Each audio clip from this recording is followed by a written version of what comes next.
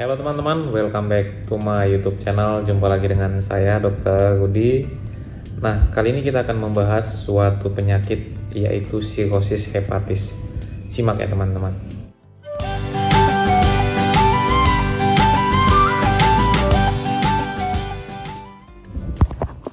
Jadi teman-teman, sirosis hepatis adalah suatu kondisi di mana hati tidak bisa lagi berfungsi secara normal. Jadi hati itu merupakan suatu organ penting untuk menetralisir zat-zat yang bersifat toksik atau beracun sehingga tidak mencemari tubuh kita ya teman-teman.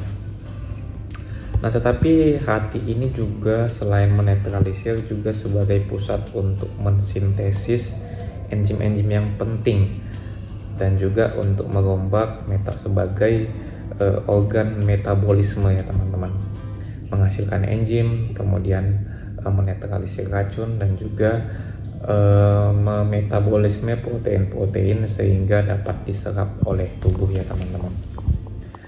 Nah, jadi penyakit sirosis hepatis adalah kondisi di mana hati tidak bisa bekerja sebagaimana mestinya karena sudah terjadi kerusakan dan sudah terjadi yang dinamakan dengan fibrosis atau adanya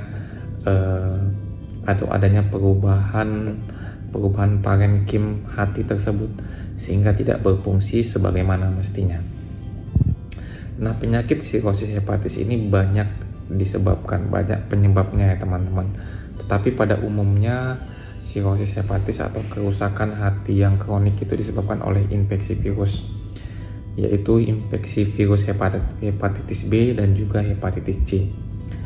Nah, ketika seseorang mengidap virus hepatitis B atau hepatitis C, maka orang tersebut tidak langsung mengalami sirosis hepatis, tetapi lambat laun secara kronis dan perlahan akan mengakibatkan kerusakan sehingga 10 tahun kemudian atau 7 sampai 10 tahun kemudian maka akan terjadi kerusakan hati atau kerusakan hepal ya teman-teman. Nah, apa tanda-tanda dari kerusakan hepal atau sirosis hepatis?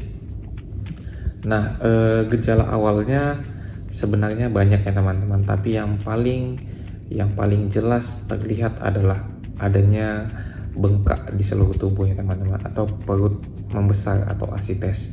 Kemudian ada pitting edem, kemudian ada spider nepi, mata ikterik atau mata kuning, dan yang paling khas dari pemeriksaan laboratorium adalah hipoalbumin. Nah, seperti yang saya katakan tadi, hati ini berfungsi untuk memetabolisme protein sehingga bisa diserap oleh tubuh, contohnya albumin.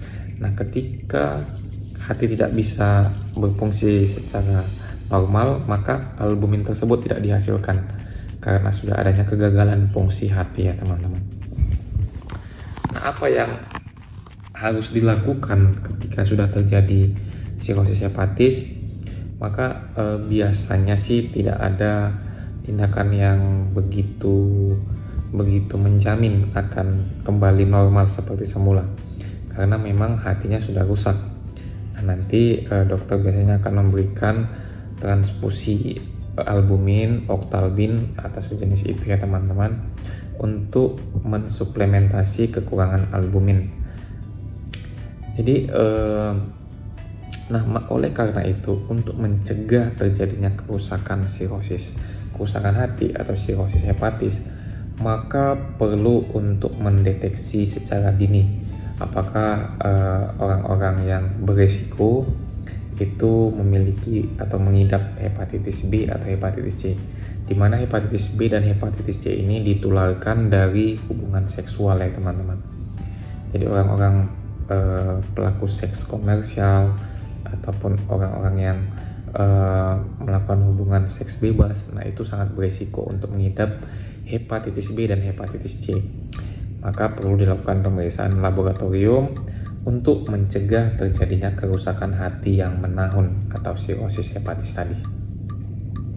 Jadi jika teman-teman pernah riwayat kontak atau pernah jajan dengan pelaku seks komersil perlu dilakukan screening ya teman-teman, untuk menilai apakah memang ada virus hepatitis B atau hepatitis C.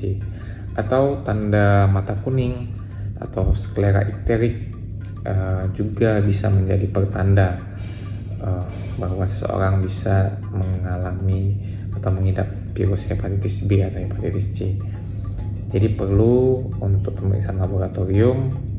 Dan juga teman-teman, nanti sirosis hepatis ini secara lambat laun nanti akan mengakibatkan contohnya perut membesar atau asites yang seperti saya katakan. Maka harus disedot atau dipungsi asites untuk mengeluarkan cairan dari dalam perut. Juga nanti biasanya sih akan terjadi peningkatan tekanan vena porta sehingga terjadi muntah darah ya teman-teman, atau varises esofagus. Maka itu yang perlu sangat dikhawatirkan pada pasien-pasien sirosis hepatis.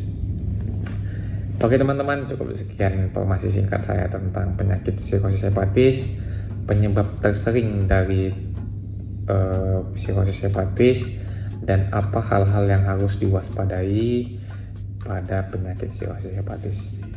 Jangan lupa untuk like, komen, dan subscribe, serta bagikan bagi teman-teman yang membutuhkan informasi tentang penyakit sirosis hepatis. Terima kasih teman-teman, salam sehat.